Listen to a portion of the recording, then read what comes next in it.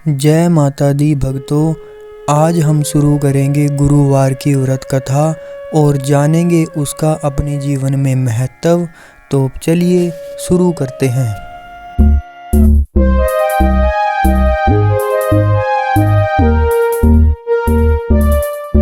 प्राचीन समय की बात है। किसी राज्य में एक बड़ा प्रतापी तथा दानी राजा राज्य करता था। वह प्रत्येक गुरुवार को व्रत रखता एवं भूखे और गरीबों को दान देकर पुण्य प्राप्त करता था। परंतु यह बात उसकी रानी को अच्छी नहीं लगती थी। वह न तो व्रत करती थी और न ही किसी को एक भी पैसा दान में देती थी, और राजा को भी ऐसा करने से मना करती थी।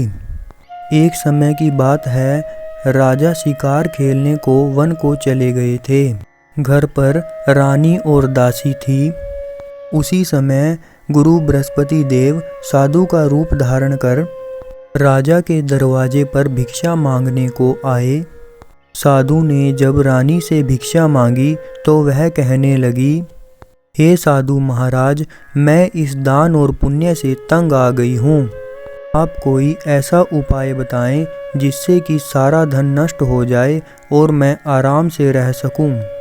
बृहस्पति देव ने कहा, हे देवी, तुम बड़ी विचित्र हो। संतान और धन से भला कोई दुखी होता है क्या? अगर अधिक धन है तो इसे शुभ कार्यों में लगाओ। कुंवारी कन्याओं का विवाह कराओ। विद्यालय और बाग बगीचों का निर्माण कराओ, जिससे तुम्हारे दोनों लोग सुधरें। परंतु साधु की इन बातों से रानी को खुशी नहीं हुई। उसने कहा, मुझे ऐसे धन की आवश्यकता नहीं है जिसे मैं दान दूं और जिसे संभालने में मेरा सारा समय नष्ट हो जाए। साधु ने कहा, अगर तुम्हारी यही इच्छा है तो मैं तुम्हें जैसा बताता हूँ तुम वैसा ही करना। बृहस्पतिवार के दिन तुम घर को गोबर से लीपना, अपने केसों को पीली मिट्टी से धोना, केसों को धोते समय स्नान करना, राजा से हजामत बनाने को कहना, भोजन में मांस मदिरा खाना, कपड़ा धोबी के यहाँ धुलने को डालना। इस प्रकार 7 बृहस्पतिवार करने से तुम्हारा समस्त धन नष्ट हो जाएगा।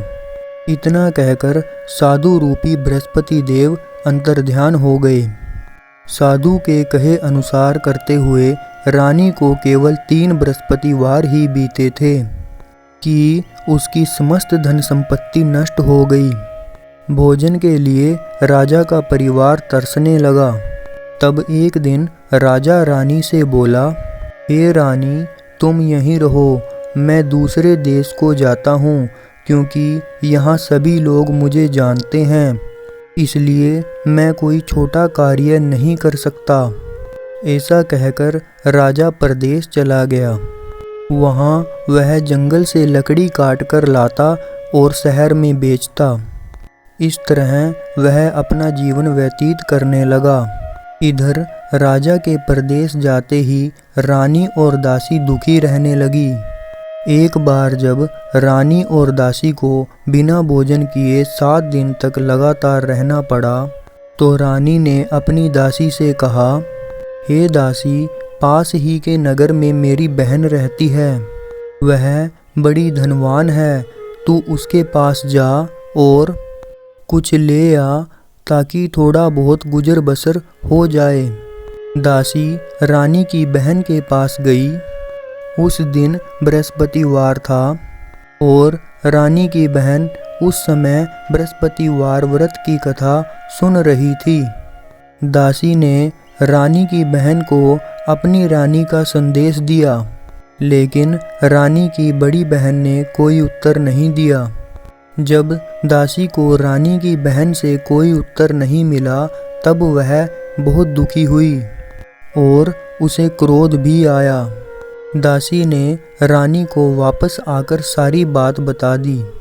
सुनकर रानी ने अपने भाग्य को कोसा। उधर रानी की बहन ने सोचा कि मेरी बहन की दासी आई थी, परंतु मैं उससे नहीं बोली, इससे वह बहुत दुखी हुई होगी।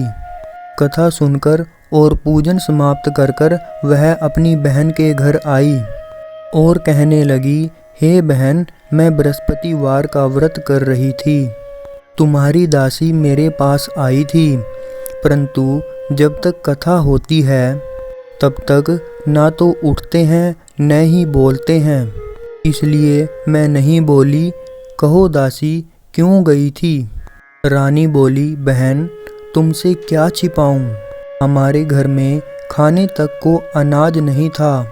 ऐसा कहते कहते रानी की आंखें भर आई। उसने दासी समेत पिछले 7 दिन से भूखा रहने की बात विस्तार पूर्वक अपनी बहन को सुना दी। रानी की बहन बोली, देखो बहन, भगवान बृहस्पति देव सबकी मनोकामना को पूर्ण करते हैं। देखो, शायद तुम्हारे घर में अनाज रखा हो। पहले तो रानी को विश्वास नहीं हुआ, पर बहन के आग्रह करने पर उसने अपनी दासी को अंदर भेजा तो उसे सचमुच अनाज से भरा एक घड़ा मिल गया। यह देखकर दासी को बड़ी हैरानी हुई। दासी रानी से कहने लगी, हे रानी, जब हमको भोजन नहीं मिलता तब हम व्रत ही तो करते हैं, इसलिए क्यों न इनसे व्रत की कथा की विधि पूछ ली जाए ताकि हम भी व्रत कर सकें। तब रानी ने अपनी बहन से बृहस्पतिवार व्रत के बारे में पूछा। उसकी बहन ने बताया, बृहस्पतिवार के व्रत में चने की दाल और मुनक्का से विष्णु भगवान का केले की जड़ में पूजन करें तथा दीपक जलाएं, व्रत कथा सुने और पीला भोजन ही करें। इससे बृहस्पति देव प्रसन्न होते हैं। व्रत और पूजन विधि बतलाकर रानी की बहन अपने घर को लौट गई। 7वें रोज बाद जब गुरुवार आया तो रानी और दासी ने निश्चय अनुसार व्रत रखा। गुड़साल में जाकर चना और गुड़ बीन लाई, फिर उसकी दाल से केले की जड़ तथा विष्णु भगवान का पूजन किया। अब पीला भोजन कहाँ से आए, इस बात को लेकर दोनों बहुत चिंतित थी, क्योंकि उन्होंने व्रत रखा था, इसलिए गुरुदेव उन पर प्रसन्न थे। इसलिए वे एक साधारण व्यक्ति का रूप धारण कर 2 थालों में सुंदर पीला भोजन दासी को दे गए। भोजन पाकर दासी प्रसन्न हुई और फिर रानी के साथ मिलकर भोजन ग्रहण किया। उसके बाद वे सभी गुरुवार को व्रत और पूजन करने लगी। बृहस्पति देव की कृपा से उनके पास फिर से धन संपत्ति हो गया, परंतु रानी फिर से पहले की तरह आलस्य करने लगी। तब दासी बोली, देखो रानी, तुम पहले भी इस प्रकार आलस्य करती थी।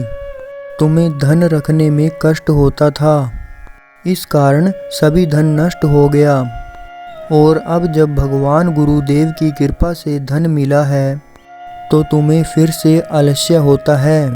बड़ी मुसीबतों के बाद हमने यह धन पाया है, इसलिए हमें दान पुण्य करना चाहिए, भूखे मनुष्यों को भोजन कराना चाहिए और धन को शुभ कार्यों में खर्च करना चाहिए, जिससे तुम्हारे कुल का यश बढ़ेगा, स्वर्ग की प्राप्ति होगी और पितर प्रसन्न होंगे। दासी की बात मानकर रानी अपना धन शुभ कार्यों में खर्च करने लगी, जिससे पूरे नगर में उसका यश फैलने लगा। तो भक्तों, कैसी लगी आपको ये गुरुवार की व्रत कथा और उसका महत्व? प्लीज़ लाइक, शेयर और कमेंट करके ज़रूर बताना, और मेरी आने वाली कथाओं और कहानियों का स्मरण करने के लिए चैनल को सब्सक्राइब करना और बेल आइकन को प्रेस करना ना भूलना। जय श्री हरि।